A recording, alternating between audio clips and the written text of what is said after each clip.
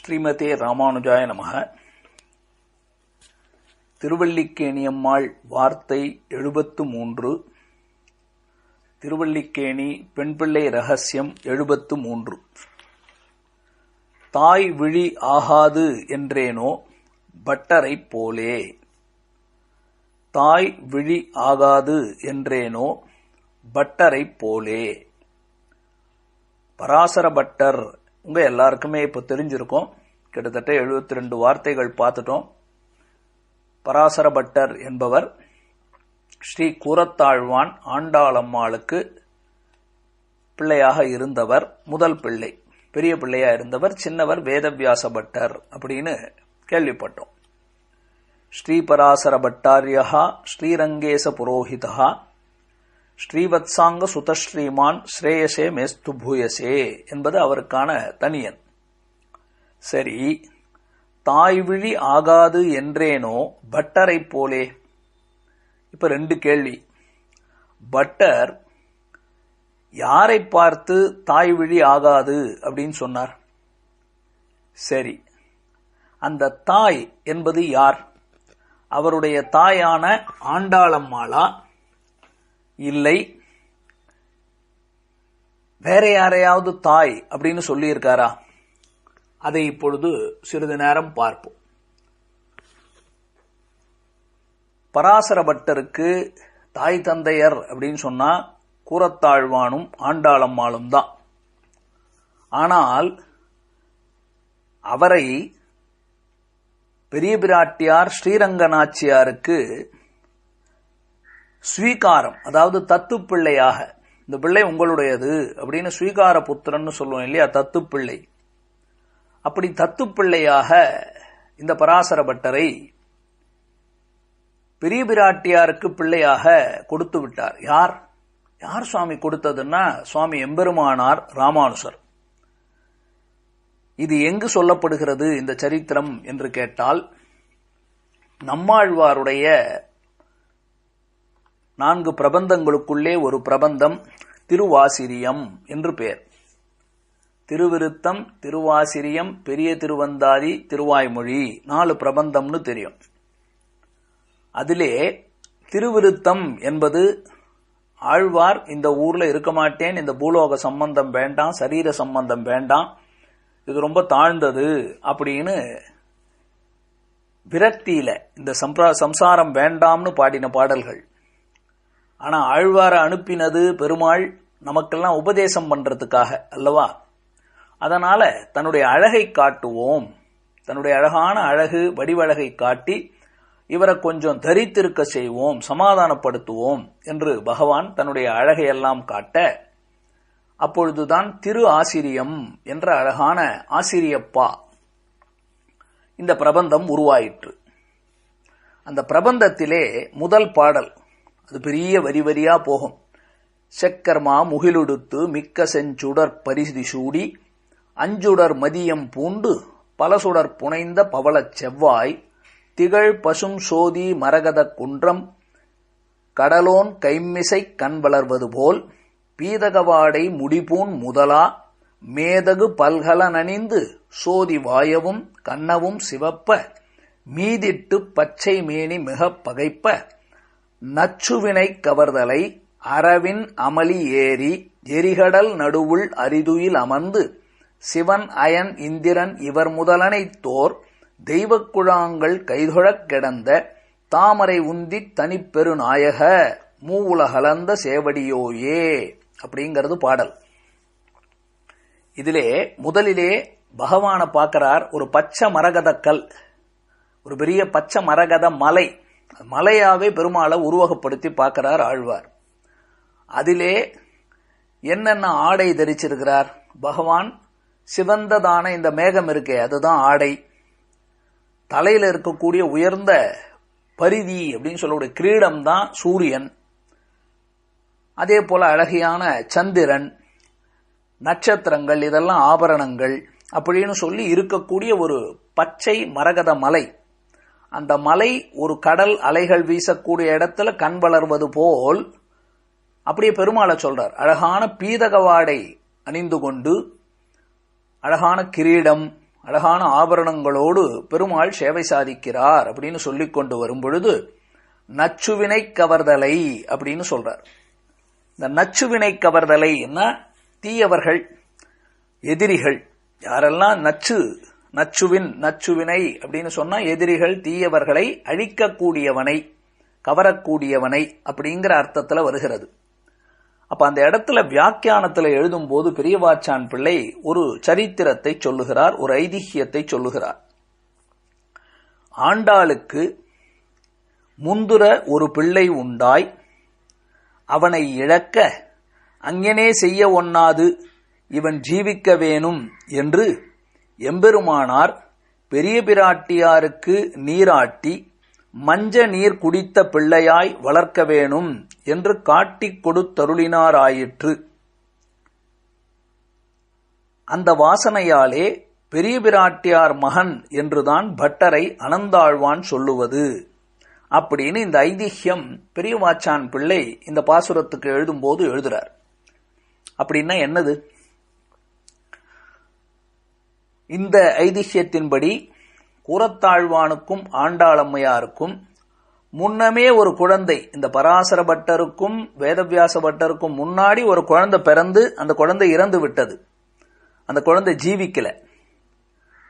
அப்ப அந்த அம்மாவுக்கு அந்த பயம் இருக்கல்ல, முதல் குழந்தை பிறந்தது, ஐயோ இல்லையே உயிரோட, அப்ப பராசர புட்டர் முதல் குழந்தையா பிறந்திருக்கார், அவர் ஜீவிக்கணுமே அப்படின்னு இருக்கும் மனசுல இல்லையா? உடையவருக்கும் அது இருக்க, இந்த குழந்தை பிறந்த உடனே என்ன பண்ணார், அந்த மாதிரி இந்த குழந்தைக்கு ஆயிடக்கூடாது அப்படின்னு இந்த குழந்தை ஜீவித்திருக்க வேணும் அப்படின்னு பெரிய பிராட்டியார் ஸ்ரீரங்கநாச்சியாருக்கு மஞ்ச நீர், அந்த அம்மாவுக்கு நீராட்டம், அந்த அம்மாவுக்கு திருமஞ்சனம் கண்டருளி, அந்த திருமஞ்சனம் கண்டருளின அந்த தீர்த்தத்தை இந்த குழந்தைக்கு கொடுத்து மஞ்ச நீர் குடித்த பிள்ளை அப்படின்னு சொல்லி இந்த பிள்ளை பெரிய பிராட்டியாருடைய பிள்ளையாகவே வளர வேண்டும் அப்படின்னு பெரிய பிராட்டியாருக்கு இந்த பராசர பட்டர்னு பிறந்த குழந்தையை ஸ்வீகார புத்திரனா கொடுத்துட்டார்.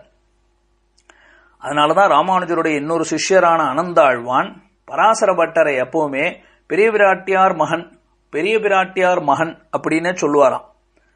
ஏன்னா சின்ன வயசுல அந்த அம்மாவுக்கு முதல் குழந்தை இறந்துடுச்சு இல்லையா ஆண்டாளம்மாளுக்கு, அதனால இப்படி ஒரு ஸ்வீகாரம் செய்து கொடுக்க பெரிய பிராட்டியாருடைய மகன்னு கமலாபத லாலி தத்துவம்னு மகாலட்சுமி தாயார் ஸ்ரீரங்கநாச்சியாருடைய அந்த கோவிலிலேயே அவருக்கு அழக தூளிய கட்டி அங்க தூங்கி இருக்கார், அங்கே விளையாடி கொண்டெல்லாம் இருந்தார் அப்படின்னு சொன்னா, அப்ப தாயாராலே அபிமானித்து வளர்க்கப்பட்ட குழந்தை தான் பராசர பட்டர். அதனாலதானோ என்னவோ இந்த பராசர பட்டருக்கு அந்த ஸ்ரீரங்கநாச்சியார் இடத்துல அவ்வளவு அன்பு, அவளைத்தான் தாய் அப்படின்னு சொல்றார். மகாலட்சுமி தாயார் ஸ்ரீரங்கநாச்சியார் பெரிய பிராட்டியாரை தாய் அப்படின்னு அவ்வளவு பாசத்தோட பராசர பட்டர் இருக்கிறதுக்கு இதுவும் காரணமாக இருக்கலாம் அப்படின்னு சொல்லுகிறார்கள். அந்த தாயாரை குறித்து தான் பராசர பட்டர் ஸ்ரீ குணரத்ன கோஷம் என்று உயர்ந்த கிரந்தத்தை எல்லாம் அருளி செய்திருக்கிறார்னு பார்க்கிறோம். அவருடைய பல நூல்கள்ல பார்க்கலாம்.